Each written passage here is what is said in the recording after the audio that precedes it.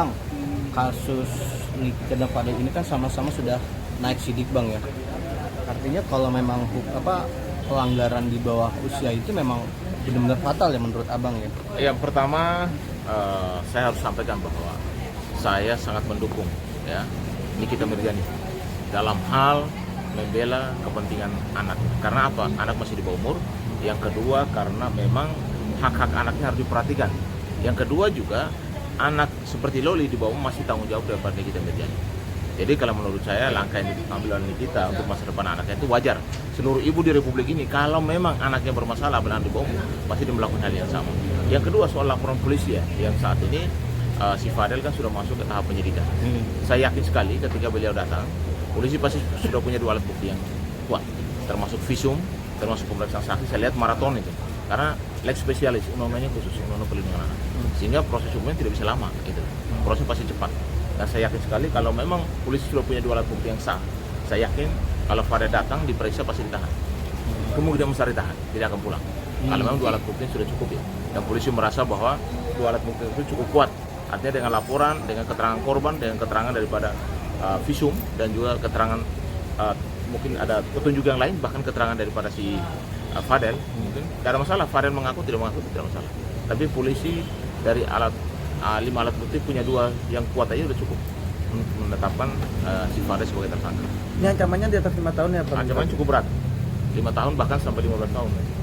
Kalau memang terbukti ya melakukan persetubuhan anak di bawah umur. Bang, sudah dipastikan bakalan ditahan?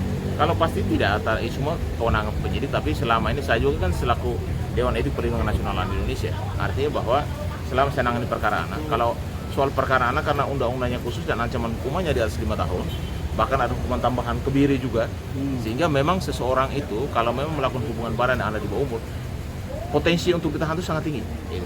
Takut melarikan diri, mengulangi perbuatan, menghilangkan barang bukti, alat barang bukti, dan juga bisa mempengaruhi saksi dan lain sebagainya. Jadi itu menurut saya diskresi kepolisian kemungkinan besar hari ini si Fadel kalau terbukti secara sah, misalnya dia polisi sudah punya alat bukti yang sangat sah dan dua alat bukti itu kuat menurut penyidik, saya rasa dari penyidikan naik tersangka dan kemungkinan ditahan. Untuk dari statement Abang bahwasanya soal kebiri itu apakah tingkatannya itu sampai mana Bang kalau misalkan sampai tahap Ya, kalau terbukti kan namanya juga putusan pengadilan ya. Kalau ada putusan di situ, ada tambahan hukuman, itu memang ada juga kan pernah dilakukan di Pulau Jawa. Pernah ada beberapa orang yang sudah dilakukan, tapi dilakukan oleh dokter profesional. Bang, pelanggaran di bawah ini kalau memang berdasarkan tidak memandang asas suka sama suka Bang ya? Nggak bisa. Kalau anak di bawah umur walaupun dia suka kamu, walaupun kamu suka dia, kecuali tiba-tiba berduanya menikah. Kalau menikah berarti tidak ada lagi unsur pelanggaran anak di bawah umur. Itu sudah dianggap dewasa. Tapi ketika salah satu pihak yang tidak mau atau orang tua yang nggak mau, itu sudah termasuk pelanggaran berat undang-undang perlindungan anak. Mau dalam kamar berdua, mau cipika-cipika, atau dia sendiri yang mungkin menawarkan diri, atau dia sendiri yang merespon lebih kayak si laki, tetap juga. Karena dia masih anak di bawah umur dan dia dilindungi oleh undang-undang perlindungan anak. Berarti emang cukup riskannya Bang ya terkait hal ini ya? Sangat kuat. Makanya saya bilang kalau teman-teman mau punya pacar, cek dulu KTP-nya, ya. Karena kadang badan besar tapi umurnya kecil. Dan ketika mengalami masalah hukum tidak lihat dari badannya, tapi undang-undang mewajibkan bahwa anak di bawah umur itu untuk hukum perdata itu di bawah 18 tahun. Artinya kalau 18 tahun plus 1 hari itu sudah dianggap dewasa.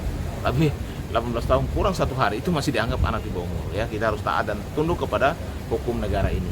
Siapapun yang melakukan itu harus bertanggung jawab dan siap-siap saja karena hukumannya cukup berat. Ya.